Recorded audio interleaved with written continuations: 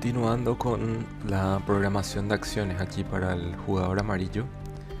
Entonces habíamos dicho que lo que se hace es tomar una carta de la mano en la provincia en la cual quiero ejecutar la acción. Entonces, por ejemplo, si yo quiero construir un castillo en Yamato, lo que hago es asignar esta provincia a esa acción. Si quisiera atacar desde esta provincia de Wakasa, entonces la pongo aquí. Y así con todas las otras. La descripción de cada una de estas acciones está en el video anterior. Así que voy a hacerlo ya un poco más rápido. Bueno, como pueden ver, quedó una sin cubrir. Vamos a ver cómo se puede hacer para cubrir esa. También tengo en mi mano, todos los jugadores tienen en su mano estas cartas de cofres. Estos cofres no son cofres realmente, no son los cofres que tenemos aquí físicamente para pagar. Estas cartas se utilizan para determinar para dos cosas.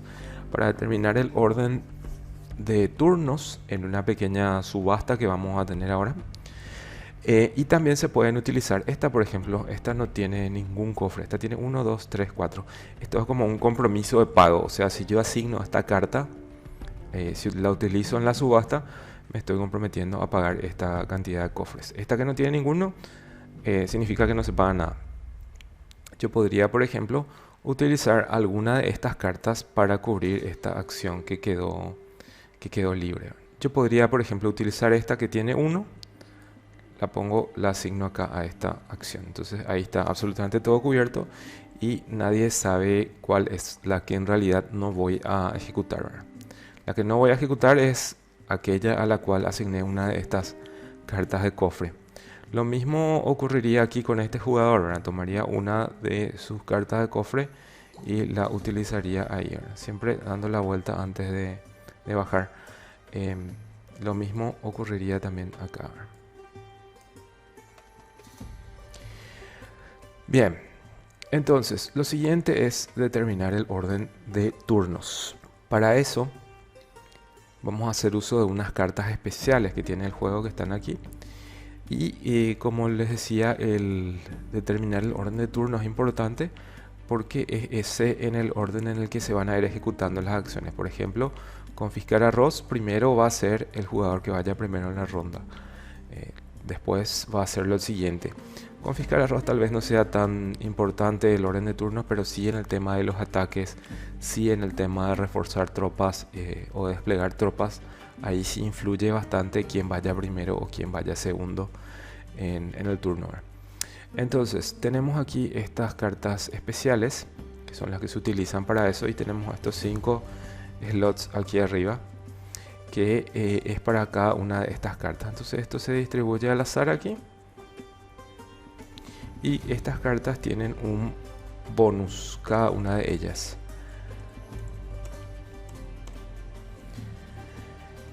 Esta, por ejemplo, implica que al realizar la acción de pagar 3 cofres, en realidad se obtienen 6 tropas o 6 ejércitos en lugar de los 5 habituales. Fíjense que la acción era pagar esta de acá, pagar 3 tropas para tener 5.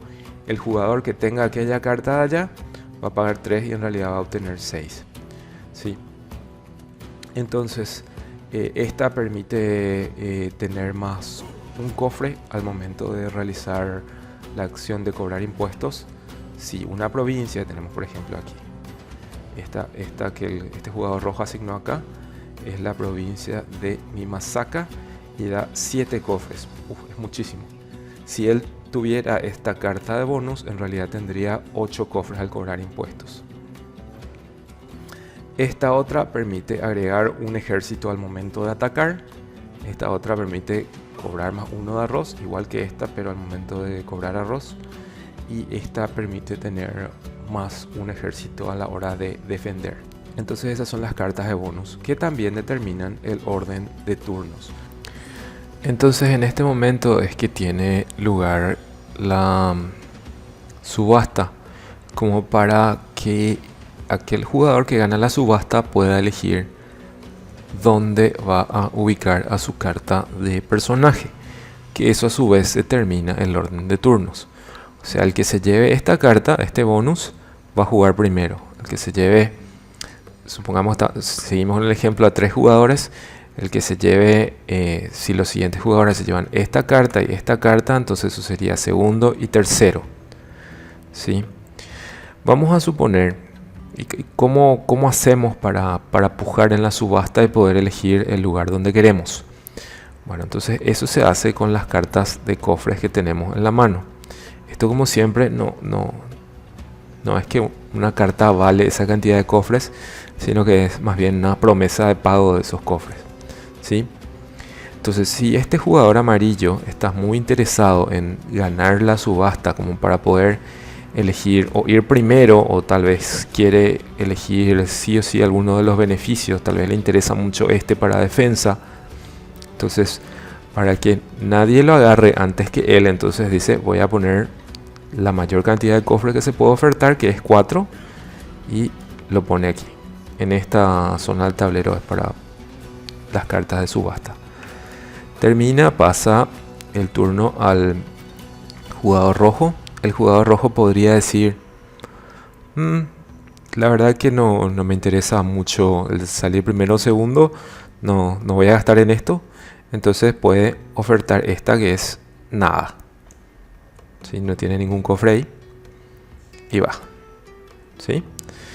Definitivamente él sería último siempre que todos los jugadores oferten otros cofres. Podríamos decir también para este ejemplo que al jugador azul también le interesa bastante el poder elegir el lugar, entonces va a ir con 3 cofres, ¿sí? Bueno, entonces luego lo que se hace es revelar todas las cartas que se pusieron en juego al mismo tiempo, y para ver quién ganó la subasta, ¿verdad? Entonces el amarillo, el rojo y el azul. Entonces tenemos aquí el amarillo que puso 4, segundo sería el azul que puso 3, y último sería el rojo que puso 0 baúles. Ahora, eventualmente el rojo podría haber puesto también una carta o cualquiera de ellos podría haber puesto una carta de provincia. Vamos a hacer el ejemplo en el que este jugador azul en realidad conservó esta carta en su mano, y en vez de poner un cofre puso acá para la subasta, puso una carta de provincia. ¿Por qué? Porque tal vez no le interesa cobrar arroz, ni impuestos, ni construir, ni hacer ninguna de las acciones en esta provincia en ese turno. Entonces usa una carta de provincia para la subasta. Esta carta de provincia en la subasta vale más que el cofre vacío, ¿sí? Eventualmente también puede ocurrir que en ese caso él debería haber cubierto acá esta otra con algún cofre. Puede ocurrir que un jugador no tenga ninguna carta como para poner en la subasta, entonces eso vale menos incluso que la carta sin baúles, ¿sí? Pero las cartas de provincia valen más que la carta sin baúl, pero menos que la carta de un baúl. O sea, si hubiera una oferta así, entonces estaría acá la carta de provincia, ¿sí? Bien, pero esto estaba así. Entonces tenemos amarillo, rojo, amarillo, azul y rojo, perdón. Ok, entonces en ese orden, primero el amarillo porque ganó la subasta, tiene que pagar sus 4 cofres, eso lo haría acá de su reserva. Los amarillos valen 5, ¿verdad? Entonces paga ese, y este sería su vuelto. Entonces puede él tomar su carta de personaje y elegir aquí cuál es o el bonus que quiere, o seguramente la posición. A lo mejor le interesa más el bonus, a lo mejor le interesa más la posición. Vamos a suponer que le interesa más la posición. Entonces se lleva esta carta de bonus y viene allí su personaje, y esto quedaría por acá.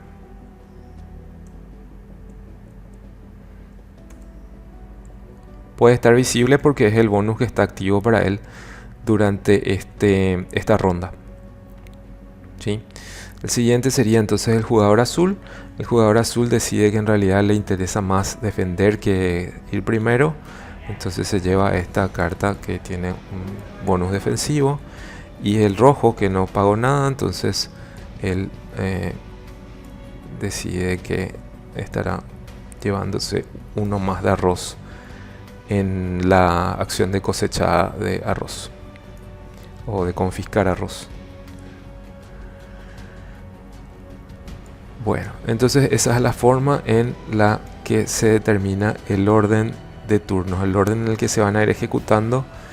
O sea, el orden de las acciones fue determinado por estas, pero el orden en el que los jugadores van a ir jugando esas acciones es lo que se determina entonces mediante estas cartas. Lo que tenemos es que va a ir primero el amarillo, segundo el rojo, tercero el azul, según lo que tenemos aquí. Bueno, casi estamos finalizando la tercera parte antes de que se alargue excesivamente.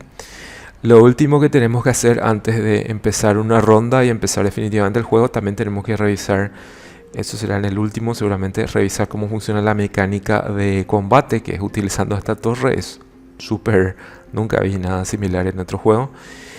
Bueno, más o menos, pero sí. Lo último que tenemos que hacer es determinar los eventos. Recuerden que estos jugadores no pagaron nada por por ubicarse, porque por una provincia no se paga nada, un baúl vacío tampoco se paga nada. Bueno, vamos al tema de los eventos. Este es un deck de eventos que está acá aparte. Y de acá se chuflea y se sacan 4 cartas de eventos que son los que van a regir ciertos eventos que van a regir las distintas rondas. Entonces se van sacando, se ponen aquí 1, 2, 3 y 4, una por cada una de las estaciones. Esto se da la vuelta, se miran todas las cartas y lo que tenemos aquí es ciertas cosas que van a regir cada una de las rondas. No sabemos todavía en qué orden van a salir esto, pero en una de las 4 rondas va a tocar esto, ¿sí? La estructura de esta carta es: arriba hay una condición. Esta, por ejemplo, implica que solamente se puede cobrar hasta 5 con la acción de cobrar impuestos, aunque en la provincia haya un límite mayor. Supongamos que en la provincia se puede cobrar 7, igual 5 es lo máximo que se va a poder cobrar cuando este evento está rigiendo, digamos, esta ronda, ¿sí? Y la parte de abajo determina cuánto arroz se va a descontar de los jugadores en el invierno. Pero eso solamente va a ocurrir si esta carta es la que queda última, porque esto se va de nuevo a mezclar y se va a ir sacando una por cada ronda. Si esta carta quedó última y tocó para el invierno, entonces no se va a descontar arroz de la reserva de los jugadores. Pero si fuera, por ejemplo, en esta sí. Si esta carta quedó última en las sucesivas rondas y tocó esta para el invierno, cuando llegue el invierno se va a descontar 6 del track de arroz de los jugadores. Es muchísimo.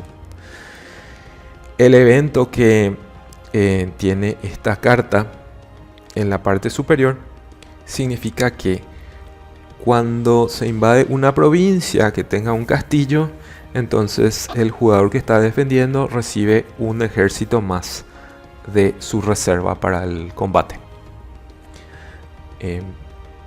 Lo mismo rige acá. En este caso, este evento es beneficioso, o no, perdón, también es un poco perjudicial, porque pagando 3 cofres en realidad recibimos 3 tropas nomás, cuando lo normal es recibir más. Acá pueden ver esa acción. Usualmente por 3 cofres tenemos 5 tropas y por 2 cofres tenemos 3.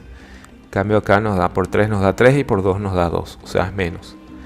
Si queda al final de todas las rondas, se descontaría 1 del track de arroz en el invierno. Y esto es lo mismo, o sea, este permitiría durante esa ronda solamente se puede confiscar hasta 3 de arroz. Incluso si la provincia tiene más, solo hasta 3. y si esta tocó para el invierno, entonces esto se haría que se descuente en 4 en el track del arroz. Eso es todo. Con eso, bueno, esto lo que se hace con esto de nuevo es se da la vuelta, se mezcla, se deja aquí, se saca una y ahí va. Salió esa. Entonces las otras de todas formas se pueden poner visibles mientras que dura la ronda, pero después se van a volver a mezclar, como para que uno sepa qué es lo que viene, ¿verdad? Tenemos por ejemplo esta, que sería terrible si queda para el invierno porque va a descontar 6 de arroz. Esta otra no se queda muy atrás, descuenta 4 de arroz. Ok, una vez que todo eso está listo, entonces simplemente se empieza con el jugador que esté aquí, la acción que esté aquí, y vamos viendo las distintas rondas. Falta hablar de los combates. Hay combates y de las revueltas. Hay combates entre jugadores y también entre unas unidades neutrales que están aquí, pero de eso nos ocuparemos en el próximo tutorial. Y como les digo, para eso se utiliza esta torre que está acá, que tiene una mecánica interesante. Gracias.